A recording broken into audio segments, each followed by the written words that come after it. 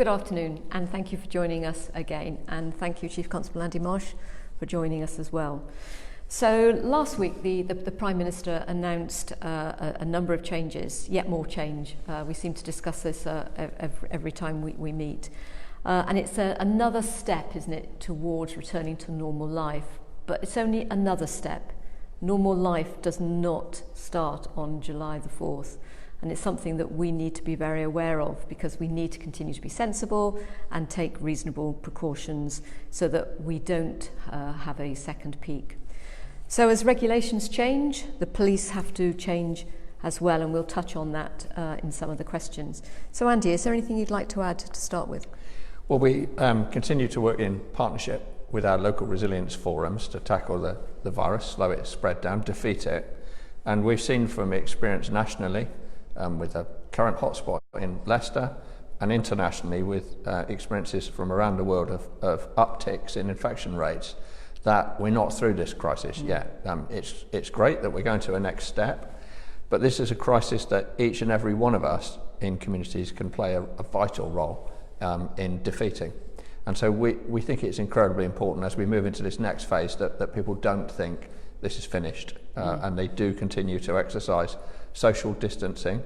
And we're going to talk some more today about the guidance, because it's moving towards guidance from legislation, which takes even more self-management, self-control by all of us to make sure we keep this going in the right direction. And that personal responsibility does lay very much with each and every one of us, doesn't it? It does.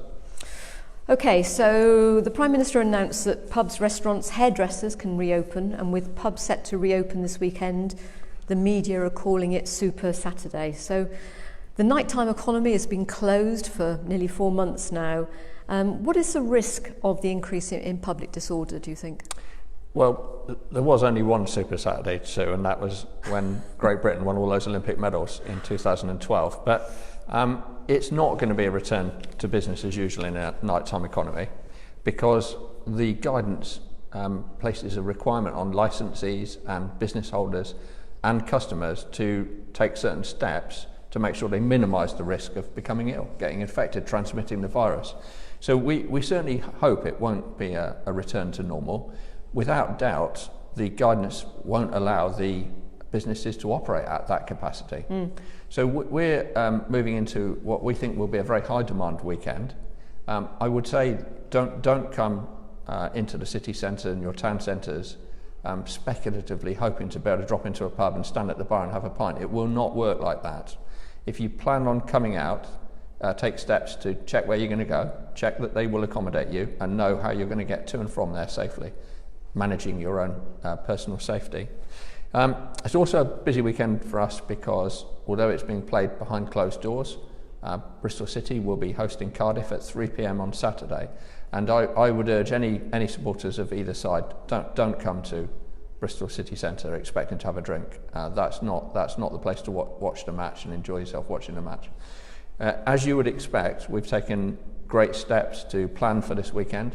We've got a number of additional police officers working, a good number, many of them on cancelled rest days, so this is a second weekend in a row that our highly trained public order capability and team in particular are coming in to make sure that we can keep our communities safe. We're working closely in partnership with local authorities, licensing bodies, but we're working with the security industry regulators as well, the door staff. So we've all got a role to play in this, and we are of course hoping for an orderly and calm weekend. And you're right, but as members of the public, we also have a role to play, don't we? And it is by being sensible and being proportionate and not drinking ourselves to excess. It's about personal responsibility. We've got a big job to do. We need the public to help us, and we need people to be responsible. So over the last few weeks, individuals and groups have been reported to the police for being in breach. And now there's been this significant relaxation in regulations and social distancing being guidance. Should they be reporting? Would you want people to report? So this next phase is very much moving from legislation and encouraging people, engaging them, and sometimes carrying out enforcement activity to guidance. And guidance is very much in the bailiwick of personal responsibility, whether you're running a business or whether you're a customer of that business. So we don't want people to report house parties, gatherings of big groups that might breach what they perceive to be COVID legislation, because it's now becoming guidance. But we do want people to report what they suspect is a rave getting traction, and if they see a crime in action. So it's not COVID breaches, but of course other activities which we might talk some more in a minute about. So we do want people to phone that in on 101. Yeah, and that almost gets us back to that business as usual, where crime and antisocial behaviour needs to be reported. So we've seen a number of illegal raves, the large gatherings, and across the country this has happened, and particularly we've seen a number of illegal, unlicensed music events, I think they're referred to. So how are the police preparing for any future illegal raves in Avon and Somerset? And what assurance can you give to local people that you are taking this seriously? So we know that many of our community are frustrated that they've not been able to go out and socialise, listen to live music, engage in that sort of activity. And so we have expected to see an increase in unlawful gatherings, raves, loud music. We also know that our communities don't like this. They don't like it at all. They certainly don't want it in their neighbourhoods, and it can lead to other antisocial behaviour, people urinating in gardens, other damage and crimes. So we ran a bespoke operation last weekend, Operation Hazel. We'll be running it again this weekend. It's intelligence led, so people would expect us to be monitoring social media, pick up any likelihood of raves and doing our very best to prevent them. We'd also would want landowners and property owners to do their best to secure properties that might be vulnerable and land that might be vulnerable to a rave in advance of the weekend. We'll have additional command structure and officers on duty all weekend, and I'd urge the public, if they see people setting up music, give us as much chance as possible to intervene, confiscate the equipment, that's a power we can use, disperse the people, do everything we can to prevent the rave where possible. Thank you. Now, we see the police almost returning to business as usual, tackling crime and antisocial behaviour. And between us, you and I, we received some amazing examples of really impressive work done by the police. Are there any examples you'd like to share? We receive, generally speaking, about 3,000 to 3,500 calls a day, which is a lot.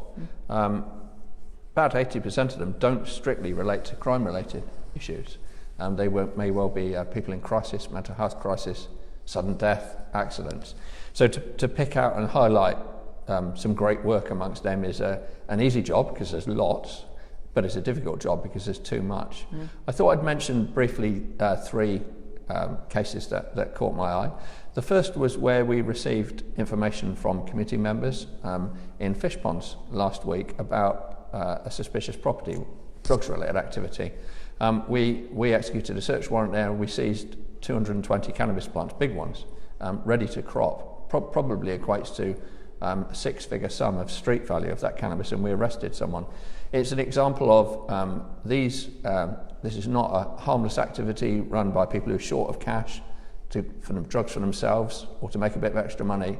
These are criminal gangs, and around such production of unlawful drugs is accompanied by extreme violence and great harm. So that was a really significant drug seizure, and if people see suspicious drug dealing activity, we would encourage them to report it to us 101, or if they're concerned, I don't want the police to know who I am, but I'm not happy about this house, Crime Stoppers. There are many signs of that drugs activity in houses. The second thing that I'd mention is last week, it was Friday actually, down in Wellington in Somerset, we stopped two cars, and in the cars we recovered 1.2 kilograms of cocaine, 2.3 kilograms of heroin. That's an awful lot of commercial dealing in drugs. But just to illustrate to people listening and watching this how lucrative that is, we also recovered £400,000 out of those cars, which is a lot of cash to recover. 2 people arrested. That's a great job. The investigation continues. And then a great tragedy, really, but it illustrates what police work can be like. Just after midnight on Saturday, the weekend gone, probably about 4 minutes past midnight, the police attended a disturbance in Ridgeway Avenue, there was a man in his 40s had suffered a number of stab wounds. I've watched the body-worn video of the footage this morning of the officers, and there are a number of them, for many minutes before the ambulance could get there, fighting to save this poor man's life. He subsequently died today, we hear, which is a great tragedy. But the brave actions of the officers and their calm work to at least give this poor man a chance, because he got to hospital, he only died today, was actually incredibly impressive to watch. We have arrested 5 people. The investigation continues, but if anyone has got information about that incident in Ridgeway Avenue at the weekend, we would urge them to contact us on 101 or indeed ring Crime Stoppers and tell us what's happened. And it reminds us that the police are here to tackle crime and antisocial behaviour, but so much more, because that's what community policing is all about. And finally, we've had a question from a local tradesman. He's incredibly frustrated that those who steal trade tools and break into their vans, he seems to think that never brought to justice. They feel that no effort is being put into finding these criminals. What are the police doing about these offenders? Well, first of all, to recognise just how disruptive that is. If those are the tools of your trade and they're stolen and you can't do business, you're letting your customers down, you're losing money, and it must be incredibly frustrating. So I hear that. It's not acceptable. In terms of doing nothing, that certainly isn't the case. Where there's evidence, my expectation is that we follow up the lines of inquiry. You will see on our website from time to time we publicise tools and equipment that we've seized that we can't identify. And so we are investigating some, and we do bring some offenders to justice. Not enough, I hasten to add. But what I could say is that we also would like to work with local tradesmen and women about how they keep their property safe. Do you know, just if you're parking in a reverse-in spot, reversing your vehicle in your van in reduces the likelihood of it being attacked. Putting it in an area where there's natural surveillance from passers-by or traffic, or indeed CCTV surveillance, that reduces your chance. Making sure there's nothing on view, that reduces your chance. And I know that it's not always possible to empty your van overnight. If you can't empty it overnight, actually having a secure cabinet, lockable cabinet in the van, so that whilst the vehicle might be broken into, the offenders certainly won't get away with anything. And then finally, to mark the property, or at least just take photos with your phone of the serial numbers. All of these things help us to help you. But let me finish where I started. We would like to do more. We are expecting, through the uplift of 20,000, our share of 20,000 additional officers, that in consultation with you, Sue, we'll be negotiating our police and crime plan. We'll be prioritising the offences that we're going to investigate, and actually solving as much crime as possible is important to us.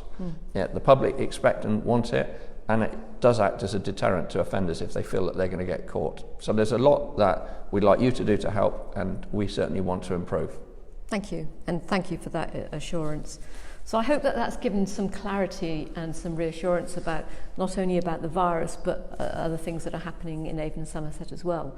Can I just take this opportunity to say that we've launched the Commissioner's Action Fund, where we put 200,000 in for grants for voluntary groups and charities to apply for grants of up to £5,000. Now, the process is really straightforward and easy, because I've spoken to a lot of local groups, and it's almost a perfect storm in the fact that there is much greater demand from our communities, and funding has dropped off a cliff. So if you are have a group that you want to protect local people and to protect the most vulnerable, then please apply to the Action Fund. We are trying to say yes rather than no, so we're already on your side, so please apply. So I hope you found today interesting, and until next time, stay safe.